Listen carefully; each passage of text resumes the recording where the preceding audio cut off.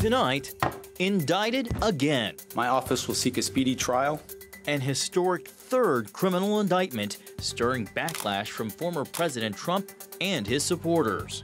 Plus, AAA no more, a major credit rating downgrade for the United States. And the humanitarian crisis at the border. Basically, the CBP app has been like a smoke screen. Critics say a new border program leaves asylum seekers in limbo while allowing deported migrants back into the United States. All this and more tonight on Faith Nation.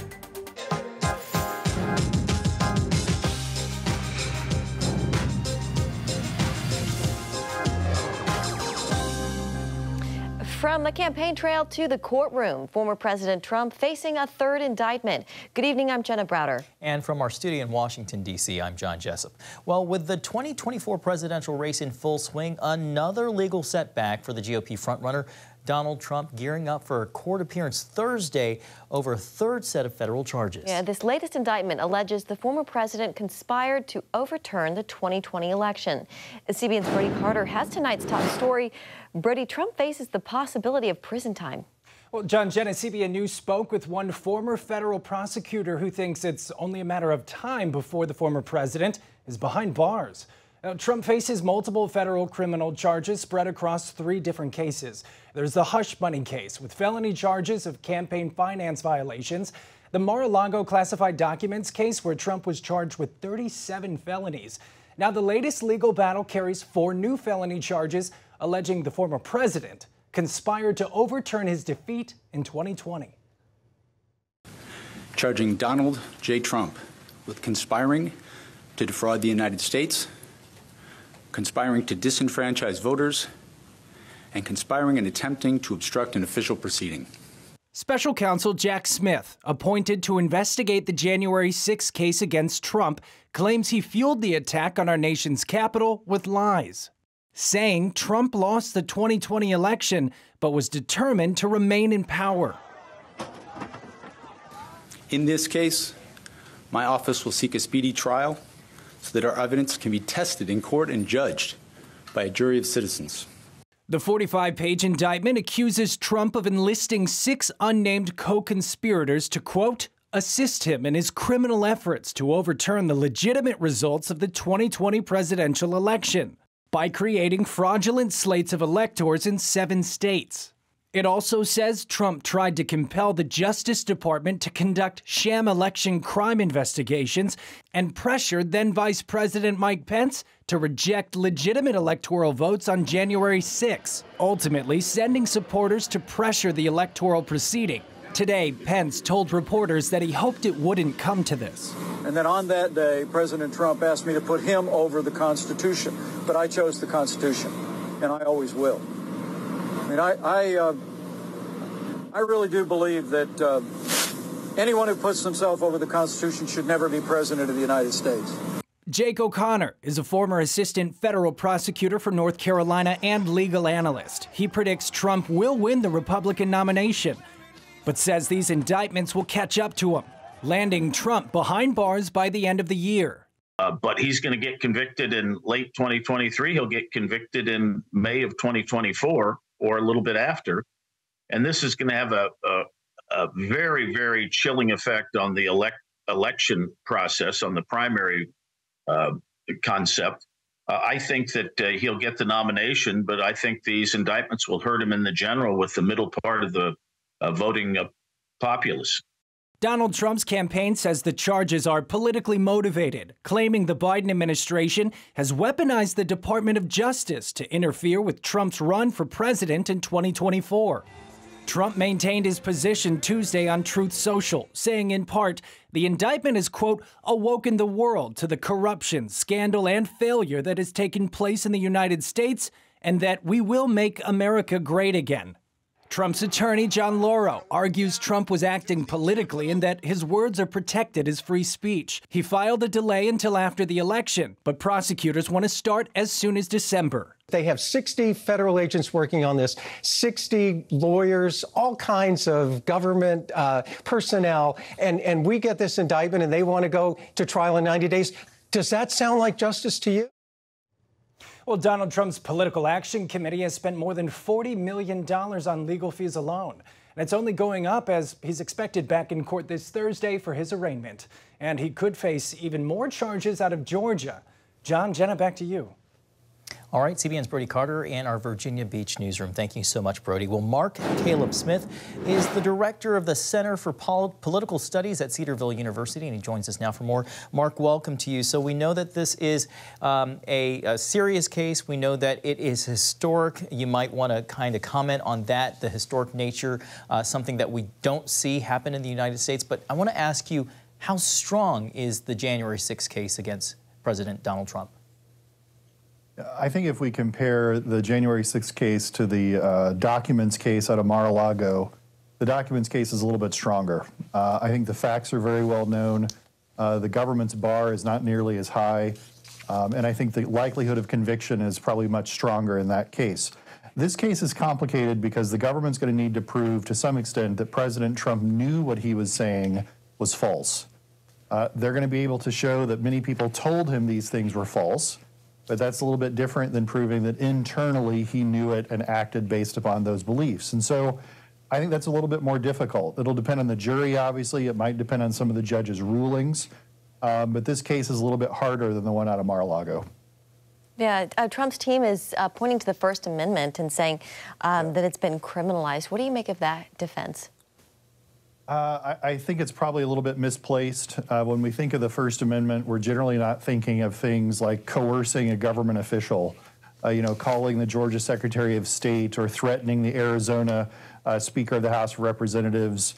That's not really what we think of when we think of protected political speech. And so when it comes to his claims in front of a crowd, when it comes to him doing political advocacy, as Jack Smith said in the indictment, the president can do that. That isn't what this case is really about. And so yeah, there are First Amendment implications here, and I think that may end up affecting the case in some ways. But I think there are also charges here that don't include President Trump's freedom of political speech. Yeah, to your point, I was reading the indictment yesterday, and what stood out to me was the fact that Jack Smith did mention that, like every other American, he does have the right to speak publicly, even to make those false claims. But where he made the distinction was that he was pursuing unlawful means of discounting legitimate votes. Turning, though, to the special counsel, he is alleging a criminal scheme involved in overturning the election. Mark, is that somehow protected under the Constitution? Certainly not protected in the same way that potentially speech would be.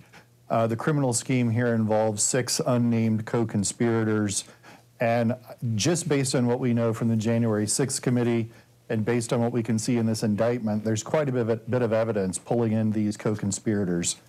And so I think that part of the argument is going to be a little bit easier for the government as compared to proving the president's internal state of mind. Yeah. Just a few seconds left, Mark, but do you think we'll see this case go to trial before the 2024 election? Yeah, I think this one you will. The documents case, I think, is going to take a lot longer because the classified information there, but this one will be much quicker. All right, Dr. Mark Caleb Smith with the Center for Political Studies at Cedarville University. Thank you, Mark. Thank you. Thanks, Mark. Well, turning now to the economy, stocks took a tumble through the day, the result of a downgrade in America's once stellar credit rating. The hit coming from the rating agency Fitch, which downgraded the nation's AAA status, citing Washington's recent debt ceiling battle and the political instability displayed during the January 6th attack on the Capitol. The demotion to AA+ marks the second major ratings agency downgrade, the move preceded by the S&P back in 2011. Out of the 3 major credit rating agencies, Moody's is the only one still applying a AAA rating to the United States. And for more on this, let's bring in Richard Stern. He's the director of the Grover M. Herman Center for the Federal Budget at the Heritage Foundation. Richard, great to have you with us this evening. So Treasury Secretary Janet Yellen, she says she strongly disagrees with this decision. How do you see it? Well, she's been the one that's been stealing money from hardworking Americans that cover the inflation tax and the regular taxes and all of the spending that Biden is doing at her expense. Of course she disagrees. But honestly, what Fitch is doing here is just putting words to reality. We already know what the government's doing. And it's tanking the economy and all of our savings along with it. You know, the White House responded to the Fitch downgrade by pointing to Trump-era problems, calling the decision essentially a Trump downgrade. How do you see it, or is there plenty of blame to go around? You know, one of the things that Jenna just mentioned in the story preceding was they talked about the instability from January 6th. Yeah, so I think, part of what Fitch talked about is, the blame that does go around to everybody. So they've talked about things in there that are decades-long problems, that are imbalances in our federal budgets, that have been stealing money from Americans, the out-of-control spending from all the mandatory side of the budget, things that have been going on for decades, but have mounted to the debt that we have today. I mean, keep in mind that just a generation ago, the debt was a fraction of what it is today. It was a manageable amount. Today, it is over 120% of our economy. And all of that is the culmination of decisions by people in multiple administrations and Congresses to take more of the hard-earned fruits of the labors of Americans and use it to pay for what the bureaucrats prize over what Americans want to do. Yeah, you and many others are calling for the government to rein in spending. What are the real-term repercussions of a major credit downgrade like this? Could we see a significant increase in federal borrowing costs? Absolutely. But, I'll tell you, the tragic part of this, right, is that what Fitch is doing is putting, like I said, kind of a label on what everybody already knows is going on. Federal net interest costs have already gone up 50% in just a couple of years. Interest costs for consumers, for households, for businesses have already gone through the roof, draining investment oxygen out of the room, making it so that, first-time home buyers have to wait another decade to get a home. Just for the deficit spending under the Biden administration, the interest on a lifetime on the mortgage for the lifetime of the loan has gone up by $300,000 to $350,000 just in the last 2 years. All of these are the kind of ramifications that would be associated with that credit downgrade. So we're already seeing these problems. Fitch is kind of coming late to the party, but all of this is the result of that out-of-control federal spending. Rich, like you said, maybe something that was well known in advance, but maybe the question is why now? I saw the White House pushing back with a lot of economists yesterday with talking points saying why now, particularly because of the strength of the economy, the labor market, comparatively to other nations. So can you drill down on that a little? Yeah, absolutely. But, I think there's a little bit of a misnomer there, right? So, the labor market is strong only in the sense that there are jobs that are available, but all of those jobs are like spinning on a treadmill. Real wages, real incomes have been falling steadily every single month of the Biden administration. We're in a world now where every American worker is falling behind day after day. Prices have jumped 16% while Biden has been president, right? And so I think these are all those ramifications. We're a little better than a lot of other global economies, but only a little bit better. All right, Richard Stern with the Heritage Foundation. Thank you so much for coming on this evening. Thanks, Richard. Thank you for having me. Coming up, a measure of justice. Family members react after a jury sentences the shooter of the deadliest anti-Semitic attack in American history.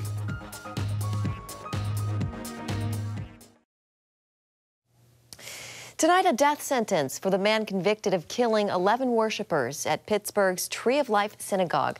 After 2 days of deliberations, today the same federal jury that found Robert Bowers guilty recommended he be put to death for his crimes.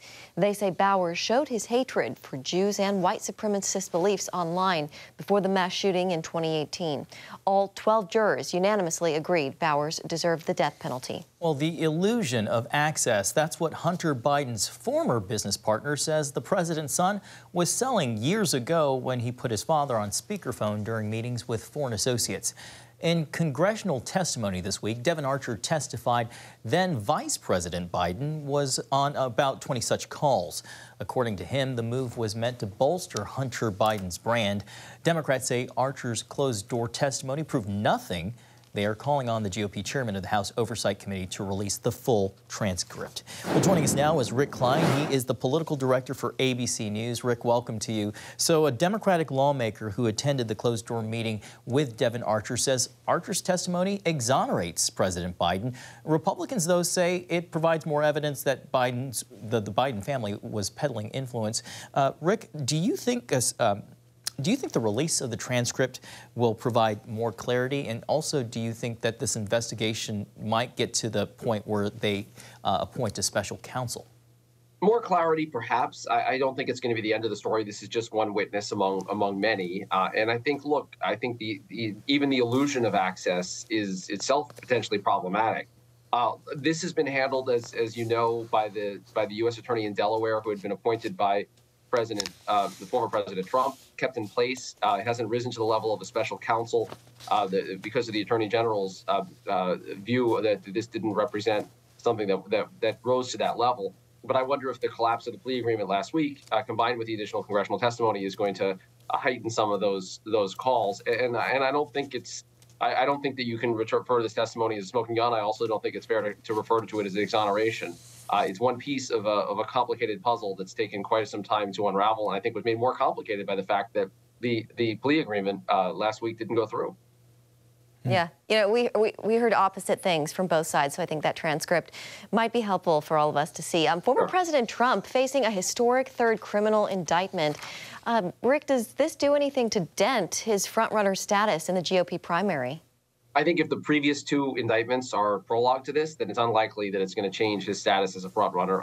I've talked to many campaigns who've kind of throwing up their hands about the fact that, and it is a fact, that the Republican frontrunner now, the person that's best poised to win the nomination, faces the prospect of actually going to prison on multiple fronts. Nothing is stopping him from running. There's a hope among some of those candidates that people will kind of tire of it, Trump fatigue. And I am noting what former Vice President Mike Pence has been saying in the last 24 hours. He's gotten far sharper in his critique. He says he learned a lot from this indictment himself, and his view that anyone that violates the Constitution like Trump did should not be allowed to be president, and anyone that asks someone else to do it, as he says Trump did, should also not be allowed to serve again.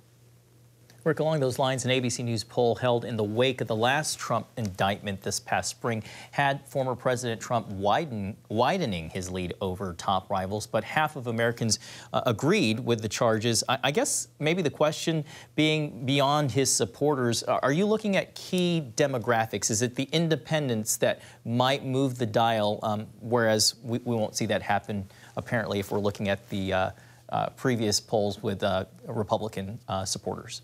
Yeah, sure. I mean, I think the elections these days are close enough that you could look at almost any group, whether it's independents or Latinos or Black supporters, even women, suburban voters. All of them are potentially critical. I think the missing piece to a lot of the puzzles that put Trump as the winner is who are the people that voted for Joe Biden last time and are now saying they're definitely going to vote for Donald Trump. Even the New York Times poll this week that had the two candidates tied, it was at 43-43. That's a huge number of people that are either undecided or voting for a third candidate. Very unlikely that you're going to have 14% of Americans voting for a third party or sitting it out who otherwise would be likely voters. So where do those voters break? The people aren't really thinking about the presidential election right now. So I don't think you can really give a good prognosis on it. Clearly, Biden has a lot of troubles, but clearly also Donald Trump has a lot of baggage if he were to become the nominee. All right. Rick Klein of ABC News, always good to see you. Thank you, Rick. Thanks, Rick. Thank you both. Appreciate you. Welcome back. New border numbers out today show arrests along the southern border surged last month. That is a blow to the Biden administration's plan to deal with a humanitarian crisis on the border. Border agents made more than 130,000 arrests along the Mexico border last month, a sharp increase from the 99,500 number in June. Adding to the crisis, migrants claim key components of the policy has become a tool for scammers. CBN contributing correspondent Chuck Holton reports from Tijuana, Mexico. Here in Tijuana, the policy requiring migrants to be pre-cleared to enter the U.S. has led to misery and chaos. You know, basically the CBP app has been like a smokescreen that it has been created. And ultimately, a lot of people are taking advantage of this CBP app. There has been a lot of corruption and all this kind of situations with the CBP app. But it drags a lot of the migrants to cross through this application. A lot of them, they get in easily on a daily basis. But a lot of them, they get returned back, and then they intend again to go back again to the United States. My little buddy here is from Haiti, but most of the migrants in this shelter come from Mexico, and they probably have the best chance of anybody of actually making a valid asylum claim in the United States. In the meantime, they're stuck here for months and sometimes longer, but they're doing their own work. The migrants are building on to the shelter, making more housing. The women here are doing the cooking and cooking for each other. But the real question is, how long will it take them to get into the U.S.? And that comes down to waiting for their chance to get into the United States using the CBP One app. Unfortunately, the app has spawned a new brand of scammer. The problem right now is that a whole bunch of different organizations and people have found a way how to get through CBP-1, and they're charging some kind of money for immigrants. And so there's like some kind of special codes that they get automatic appointments. They're in there and they're promising immigrants, you give us $200 and I will cross you in 2-3 days, guaranteed. Immigrants were giving $1,000, $1,500, $500, and just put me in front of the line and let me cross and everything. People here say the new system leaves too many in limbo, while allowing others in who have been previously deported. There's a lot of people that they have been kicked out, deported, or returned back from the United States, and they're intending now to come back through this CBP app. So CBP has been a smokescreen of an option for people that are actually inadmissible to go back into the United States of America. Similar stories are emerging along the Texas border. We encountered a group of 11 legal immigrants that just crossed the Rio Grande from Mexico. They were all from Venezuela. We also came across a mother and child from Guatemala. They were turned over to Border Patrol. 5 meses. Esperando. Their frustrations are that the CBP-1 app is not working. I asked them, why don't you go to a port of entry? Why don't you use the CBP-1 app? They say they've been waiting in Mexico for months. They've been waiting for an appointment for months, and the CBP-1 app is not working. So while a federal judge blocked the current rule for the time being, the rules change so frequently, it's unlikely the chaos here on the border will subside anytime soon. From Tijuana, I'm Chuck Holton for CBN News. All right, thank you, Chuck. A lunar double feature. That story next on Faith Nation.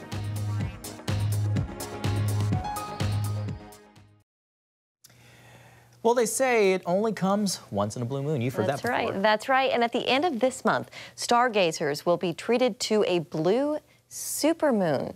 The moniker blue moon is used when 2 full moons occur in the same month. A supermoon is when a full moon appears extra big and bright.